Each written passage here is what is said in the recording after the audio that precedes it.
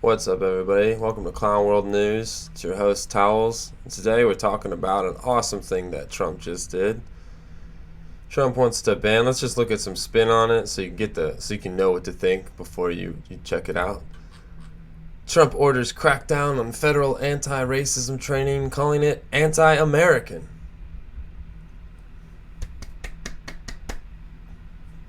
Unofficially, because I don't want to tell you what to think, but me personally, thank you, Donald Trump. Memo directs officials to identify spending related to training on critical race theory and white privilege. Oh! Are we attacking critical race theory? Thank you, Donnie. What is critical race theory? Let's just highlight it and right-click it, and then we can press search Google for critical race theory. I swear that's such a useful feature.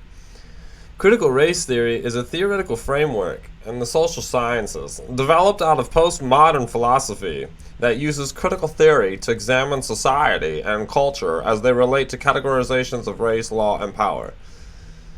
If that's not the biggest euphemism, but let's listen to some Twitter, because that'll explain it a little bit better. Critical race theory helps contextualize how systemic racism affects us. Trump and his party perpetuate systemic racism, but pretend that it doesn't exist. Of course he wants sightings of CRT reported. This is white supremacy trying to cover its tracks. So, critical race theory. Damn, they got all this fucking shit about major themes. What we got here? Naming's one on revisionist interpretations of American civil rights laws and progress, criticism of civil rights scholarship and anti-discrimination law. It's literally just a headache is what it is. White privilege. Belief in the notion of a myriad of social advantages, benefits, and courtesies that come with being a member of the dominant race. An example? White people. A clerk not following you around or in a store or not having people cross the street at night to avoid you are two examples of white privilege. Okay. But I will guarantee you that if I dressed a certain way and I had a certain kind of body language and I was doing certain things, the clerk would probably follow me around and the people would cross the street to avoid me. You know, it just has to do with... But whatever, I understand that there is some sort of thing known as white privilege. I get it. It's real. It makes sense because privilege is real. It's a real word in the dictionary that you can look up. There's also things such as black privilege, Asian privilege, gay privilege. Dude, to be a black, gay, trans man right now, dude, you could get any job you wanted in corporate America. You're right to the front of the line. Like, you go to a theme park, if you're gay, black, trans, and disabled, be like, sir, right this way. You get to ride the Millennium Falcon first. Sorry, I just had to cough up some of that bullshit that I was talking. So anyways, that's critical race theory. We remember it because of stuff like this. This is from July 8th. Cult programming in Seattle. The city is training white municipal employees to overcome their internalized racial superiority. Internalized racial superiority. Do I think that the white race is the best race? I honestly don't think about that. And in fact, I'm pretty sure that when I think about superiority or inferiority, I'm thinking about like athletics, and I'm like, dude, being black privilege on the fucking basketball court? Imagine having fast twitch muscle fibers that allow you to run and jump faster. That's a pretty good privilege. I don't know if there's anything that we can do with politics to fix that inadequacy, that inequality. But I don't give a fuck about this. I don't have an internalized racial superiority. I believe that people should be judged on the content of their character and not the color of their skin. Call me crazy. I just came up with that. Yeah, totally me. That was my idea. I've never heard anybody else say that, ever. No one who was ever smart at all ever said that people should be judged not by the color of their skin but the content of their character. No one. It was Martin Luther King Jr. I know you know this, though. I know you know this. Okay, so yeah, this whole thing was really retarded. This is what Donald Trump did recently. He's talking about these types of things. Let's see if we can find anything crazy. They wanted to like what? The diversity trainers outlined strategies for converting outsiders and recommended specific practices for interrupting others' whiteness.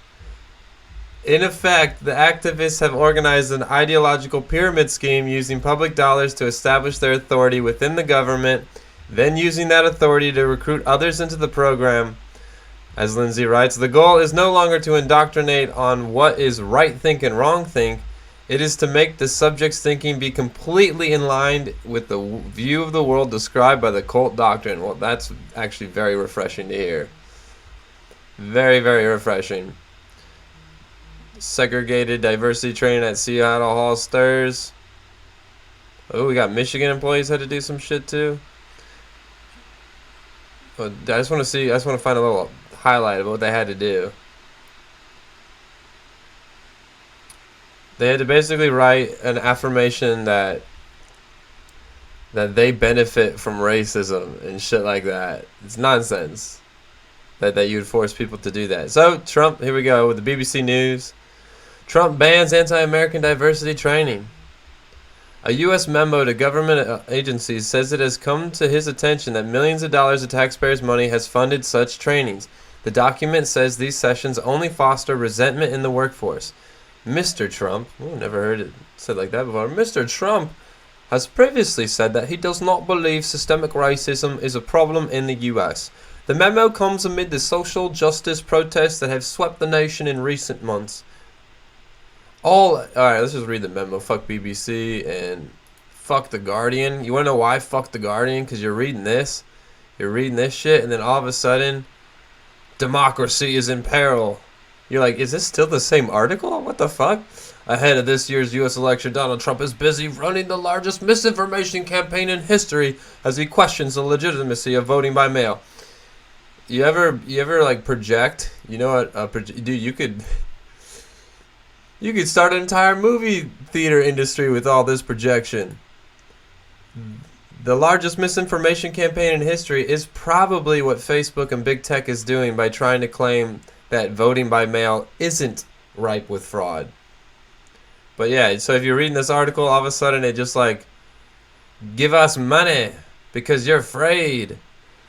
And we want you to be afraid.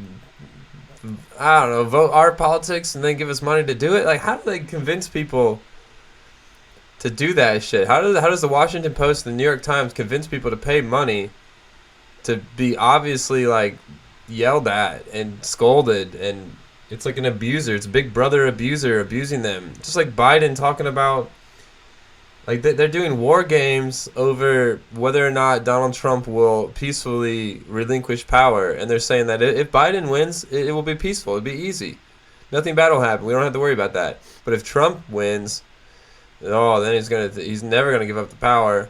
Because the mail-in votes will come in, they'll all be for Biden, and then he'll never relinquish it, and blah blah blah. And it's just like, how can you guys say that things will be peaceful if Biden wins? Why would Antifa and BLM suddenly stop rioting? Oh wait, it's because you guys are the ones funding them. You're the ones controlling them. So yeah, that's some bullshit. Regardless, let's read the memo, because this is the real news. This is spin. Even what I'm doing, everything you just listened to before, is a little bit of spin. However, I'll link to this. This is the actual news. Let me get a copy, Control-C on that one. So I'll put it in the description. You can check this out. It has come to the president's attention that executive branch agencies have spent millions of taxpayer dollars to date training government workers to believe divisive anti-American propaganda. For example, according to press reports, employees across the executive branch have been required to attend trainings where they are told that virtually all white people contribute to racism, or where they are required to say that they benefit from racism. According to press reports, in some cases, these trainings have further claimed that there is racism embedded in the belief that America is the land of opportunity, or the belief that the most qualified person should receive a job. Thank you for saying it, Russell Vogt. Russell Vogt. Someone's trying to rustle the vote, if you know what I'm saying. It's the Democrat Party, right but there. These types of trainings not only run counter to the fundamental beliefs for which our nation has stood since its inception, but they also engender division and resentment within the federal workforce. We can be proud that as an employer, the federal government has employees of all races, ethnicities, and religions. We can be proud that Americans from all over the country seek to join our workforce and dedicate themselves to public service. We can be proud of our continued efforts to welcome all individuals who seek to serve their fellow Americans as federal employees. However, we cannot accept our employees receiving training that seeks to undercut our core values as Americans and drive division within our workforce. Thank you. Thank you for saying it. People have been trying to point this out for a fat minute now, but thank you. I'm appreciative of this. The president has directed me to ensure that federal agencies cease and desist from using taxpayer dollars to fund these divisive, un-American propaganda training sessions. Accordingly, to that end, the Office of Management and Budget will shortly issue more detailed guidance on implementing the president's directive. In the meantime, all agencies are directed to begin to identify all contracts or other agencies' spending related to any training on critical race theory, white privilege, or any other training or propaganda effort that teaches or suggests either 1. That the United States is an inherently racist or evil country, or 2. That any race or ethnicity is inherently racist or evil. In addition, all agencies should begin to identify all available avenues within the law to cancel any such contracts and or to divert federal dollars away from these un-American propaganda training sessions.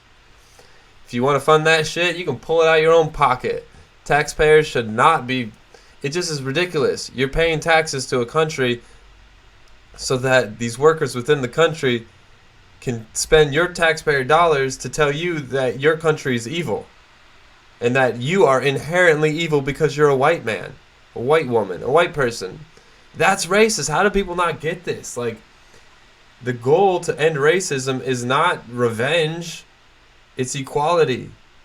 And equality is saying that everybody should be judged on the content of their character and not the color of their skin. This is basics. Yeah, so nice. Good old, here we go. It's right here. I mean, I read it all. I'm going to link it. You can check it out. I hope you guys enjoyed that. We got some good news. That's good news. That's nice, because critical race theory is a bunch of bullshit. The idea that white people are inherently evil is racist. The idea that America is inherently evil is racist. If America was so fucking bad, if it was so shitty to live in America, why is it the #1 place that people from all over the world keep trying to get into? We literally have to build a wall because people are trying to get in so bad. Like, get the fuck out of here. America is the melting pot. That means that America allows more people from more different cultures. It's more diverse. It allows more people to speak their mind than any other place in the world. That's what makes America beautiful. So if you start shutting down one race in America, and it's the white race, like, why? Why are you doing that? Like, you don't see the irony? We already did this. We did this once. We've done this before. Let's not do this again. So yeah, that wraps up this episode of Clown World News. I'm still banned for, I think, another 4 or 3 days or some shit on YouTube. So this is my alt channel. You can check out the Patreon in the description, and you can get to the link to the main and the whatever. Ow, you know what it is. It's the YouTube gonna be YouTube. So take care, everybody. Be a good person. Be vigilant. Take everything with a grain of salt. Call your mom. Peace.